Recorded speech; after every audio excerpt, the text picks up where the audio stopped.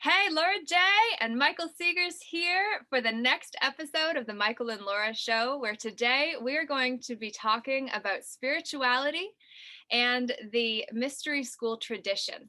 So, if you're not familiar with what a mystery school is, Michael, would you introduce people to that notion and how it differs from religion? Thank you, Laura. Mystery schools have been with us for thousands of years, and most people have traditionally received their education either through the school system or through whatever spiritual institution they might be affiliated with, whether it's a church, a synagogue, a temple, or whatever. But there's a whole nother resource available that many people have never accessed or even heard of. And I'll give you some examples. When you drive into a town, at the city limits where you see the sign that tells you what the name of that town or city is, you also have another sign that lists community groups. You'll see the Lions and the Kinsmen and various community groups. And very frequently you'll see Shriners and you'll see Masons. And the Shriners are well known for their charitable work with hospitals. But what most people don't know is that the Shriners are actually high-level Freemasons. So when you pass the 33rd degree initiation in the Freemasons, you can become a Shriner.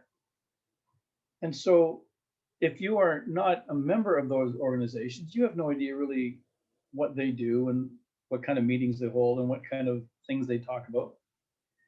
But the Freemasons are a tradition that actually goes back to pre-biblical times, and they are a mystery school. And it is a place where they disseminate knowledge that has been known by very wise people for thousands of years. And it's not knowledge that's generally accessible outside of those systems. And there are other mystery school traditions that you might be familiar with if you've ever heard of the Rosicrucians.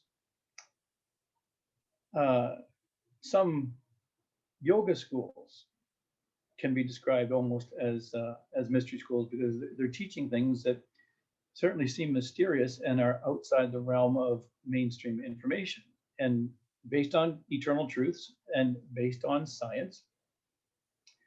There's a tremendous amount of information that's available that is absolutely uplifting and is intended to give an individual access to the fullness of being that they are, which is not available in the high school, college, university system, and is very much not available in most religious systems because people go to worship, they go for social reasons, but they don't necessarily go there for ongoing life education. And a mystery school is designed for the ongoing life education and to fully develop oneself and one's character and one's potential to become all that they can be.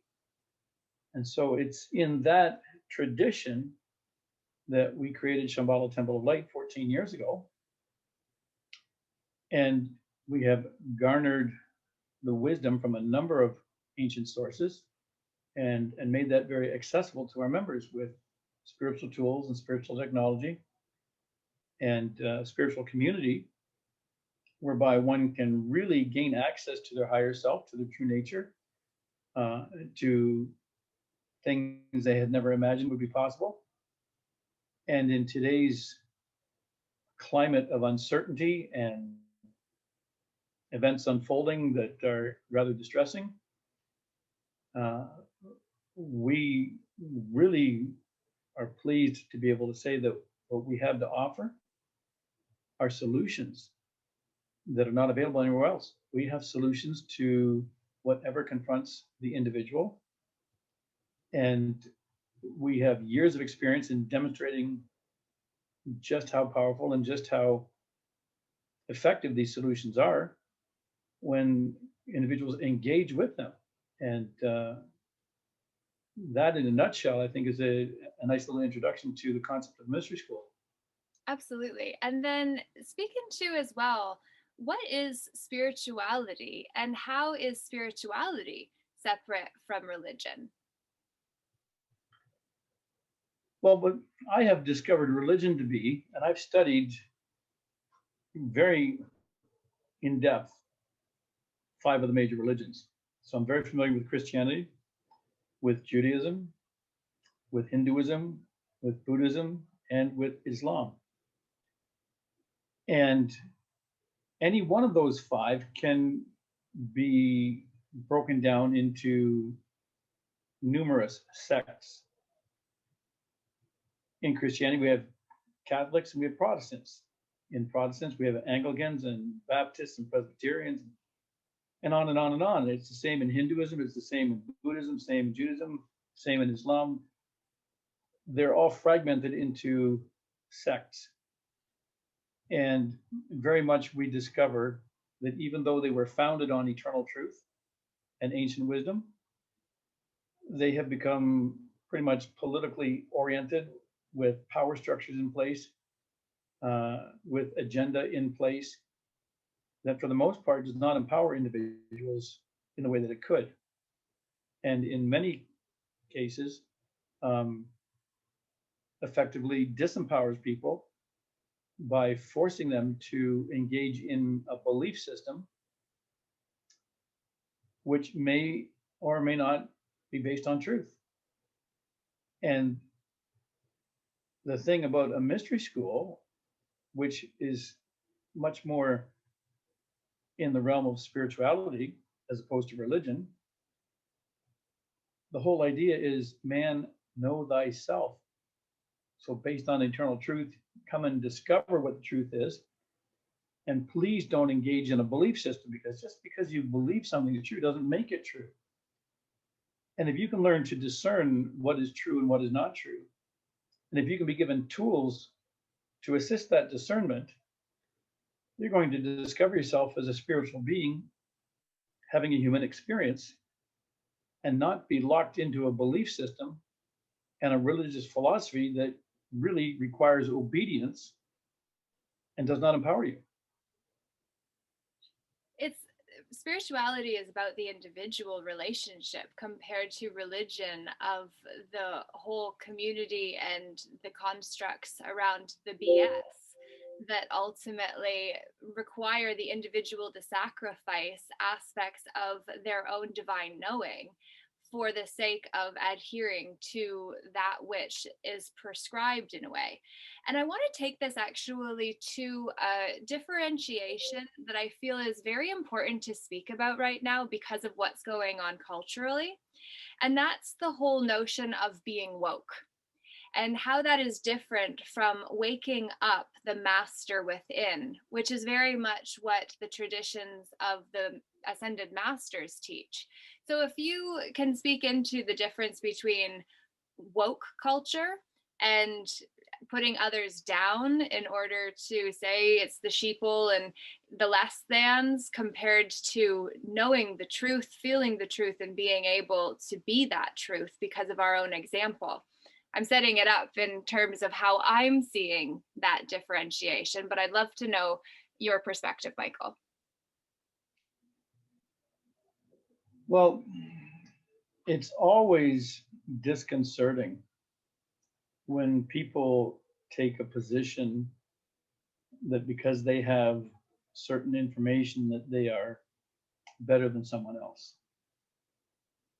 And with the internet, there is a proliferation of information, and there is a tremendous proliferation of misinformation. And as a student of political science going back to 1977, I remember in the pre-internet days when it was so precious to be able to obtain literature that gave you a perspective outside the mainstream. But it was tremendously challenging to vet your sources and make sure that your information was valid. And there was a time delay between discovering an idea and researching it and validating it and coming to a reasonably accurate conclusion about that. And what we see in the internet today is people are producing information so rapidly that there is very little time to validate it. Much of it is just accepted verbatim. Much of it is erroneous. Much of that is intentionally so. And so the number of alternative narratives going around are ridiculous. Now, we have every right to understand that we have been lied to about many things. And if the truth that the masters know were given to humanity all at once, they couldn't handle it. The good, the bad, and the ugly, it's not very nice. It's too much. It's far too much for most people. Mm-hmm. And what unfortunately happens in this woke culture is people tend to really put a lot of attention upon the information that's not very nice. Mm-hmm. And they need to, because it's part of a process of assisting your fellow man and your fellow woman to come into a greater understanding of truth and reality. But what I see missing in a large part of the dialogue is a solution-oriented dialogue. Mm-hmm. And that's where we come in. Mm-hmm. Because I discovered years ago that I could reveal information to people very easily that overwhelmed them very quickly. And if I did not have an antidote handy in the same conversation, mm-hmm. the negative impact could last for the rest of their lives. And some of them actually said they didn't want to ever speak to me again. Mm-hmm. It was just too powerful. So I learned long ago to make sure that I had both offerings at the same time, that if I was going to introduce information that you needed to know, I would also introduce information that would help you deal with that. And so the spiritual solutions are absolutely necessary. And for the most part, they are not taught, they're not understood. We keep hearing in much of this conversation, you need to pray, you need to get back to God, you need to pray. But there's a lot more to it than just telling people you need to pray. Most people don't know how to pray. Mm-hmm. Most people don't know what prayer is or what it can be. And so there is a science to everything that the masters present, and the science of prayer is profound, and it's powerful beyond most people's imagination. And if they knew what we would like to teach them, they would come running in droves. They would be breaking our doors down to get this if they knew what we had to share. So yeah, spirituality is based on truth, it's based on science. Religion is based on indoctrination, agenda, belief system, two very different things. And having been someone who woke up to the reality of things a couple of years ago, and then spent the last year on the front lines until I was removed from them because I wouldn't mask myself and pretend to be something other than I am. I wouldn't wear fear on my face. I was trying in a way that, like you, pushed a lot of people away from me. So if anyone watching this has been pushed away because I was trying to share the truth with you, please understand that I've come to a new level of understanding because of my association with Michael, with the Shambhala Temple of Light, with my own decree practice, with my own relationship to my divine self, and understanding who I am and whose I am, which is really what the journey of the spiritual path is about. On the Shambhala Temple of Light website, there are questions that are asked that we're all really asking. And if you speak into those, Michael, I think it might help people really see themselves on the path for where they are. We must understand that where we are is not a reflection of our potential. It is a reflection of our previous level of awareness of our potential that created our present reality that we can move forward from. So my apologies are a reflection of the fact that I am choosing not to hold myself bound to the mistakes that I've made, which is what this allows us to do in a way that supports ourselves so we can support others on this journey. So the questions that we have on the website: who are the masters?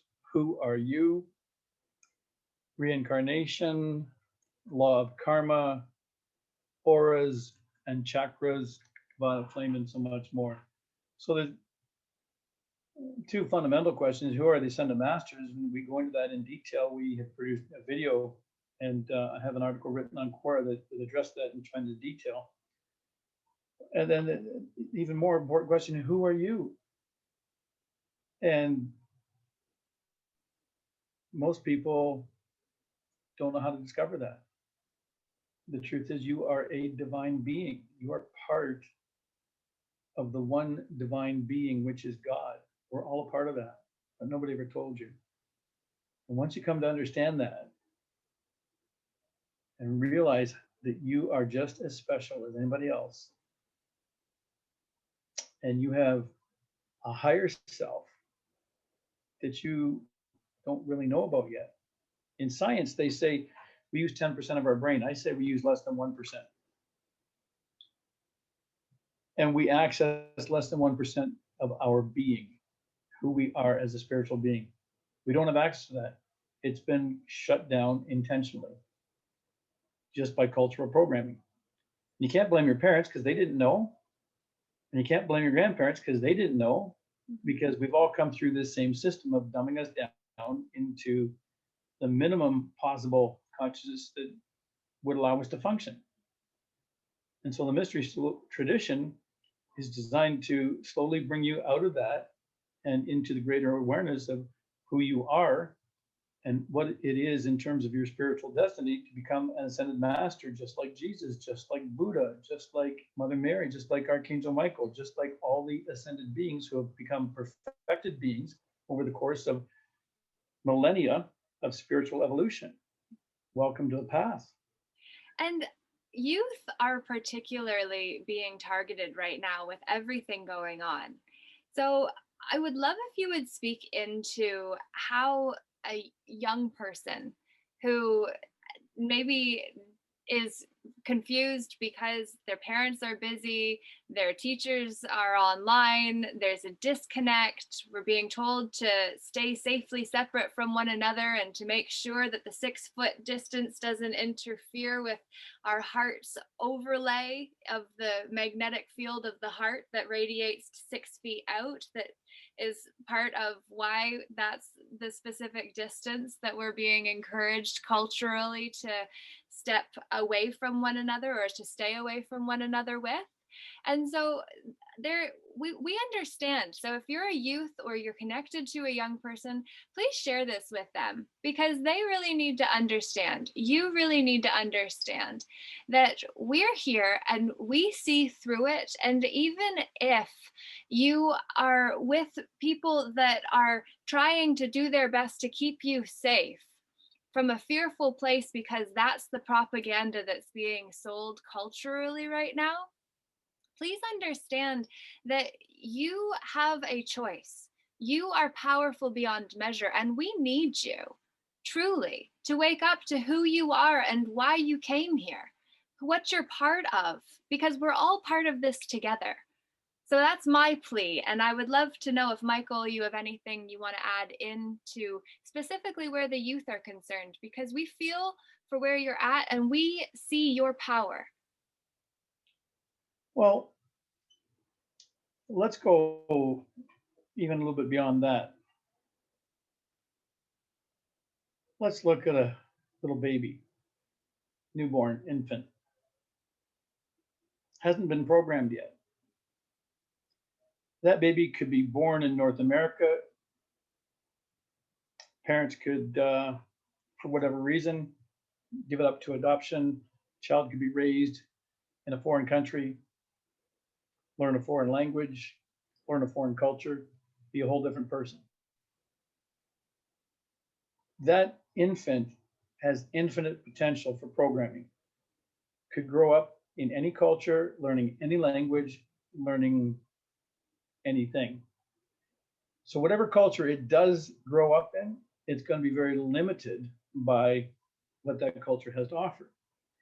But that little newborn baby is a spiritual being. One day will be an old man or an old woman. hopefully a wise one. And that little baby is possibly a very ancient soul that's been around a few hundred or a few thousand times. And so it's important to recognize how, whatever age you are an infinite being. This isn't your first time around. And you are here in embodiment on this planet at this time because you have a divine destiny to fulfill. And it was deemed appropriate by those much more advanced than you, cosmic beings that we call the Lords of Karma. It was deemed by them appropriate that you be here at this time because you have the skill sets, the knowledge, the vast past life experience to execute your divine plan in the midst of everything you see going on around you. You are truly up to the task once you awaken to your divinity.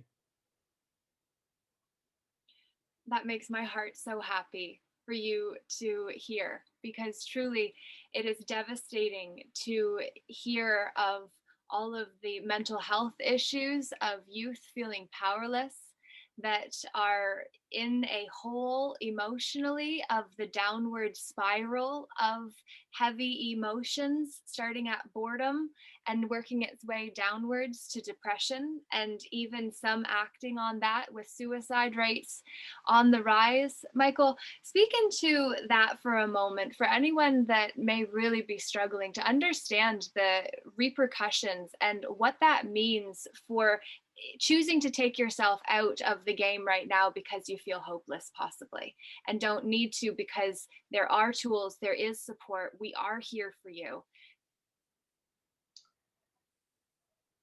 That's very, very heavy price to pay spiritually when one deems oneself inappropriate to the challenge and chooses the quick exit.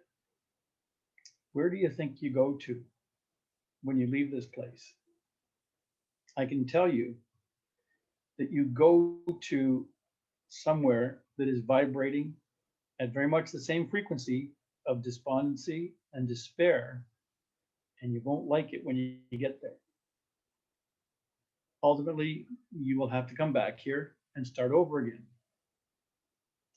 And the chances of it being easier the next time, slim to none. Pretty much guaranteed it will be more challenging the next time. Mm-hmm. And so that is not a solution. There are solutions available. There is a loving community available. And it's in that light that we reach out to you. Fully. We are here. And even if the ones around you don't fully get it, it's okay, because you have access to what can bring you up. And we are really, I feel in my heart of hearts, the need to just reach out and say, we have already created videos. And if you've got questions, we want to create more videos to be able to speak into those areas that can really help you understand that emotions are temporary states of experience, because that's energy that is coming up to be released. And right now we are dealing with a lot of karma collectively that we're also feeling. So Michael, speak into empaths, because a lot of those who are on a spiritual path came here with extra skills. And a lot of these kids are really already switched into a higher level of vibration that make it so they're tuned in and feeling other people's feels and don't know how to discern what's theirs and what someone else's. And then that heaviness of being confused about what's mine and what someone else's is a huge lesson that I feel like many of those who watch this could benefit from understanding as well. When you go into a large industrial city, Hamilton, for example, you can smell the city miles before you get there. And often as you drive in, you can see the smog very intensely. And the masters teach that consciousness is no different, that there is a mass consciousness, a density of the collective vibrations of everybody within a community, within a city, within a country, and that accumulation of density of consciousness with its various levels of toxicity does, by the process of osmosis, like water soaking into a sponge, it seeps into the subconscious, through the subconscious, into the conscious minds of all those people who are living in that environment. And then that in turn will be amplified by other forces like sound waves, discordant vibrations. A lot of the toxic types of music will amplify that. And the empath will often feel tremendous discomfort in the presence of that energy, and not knowing that it's not their own will often misidentify it as being their own, and wonder, how can this be, and how can I fix this?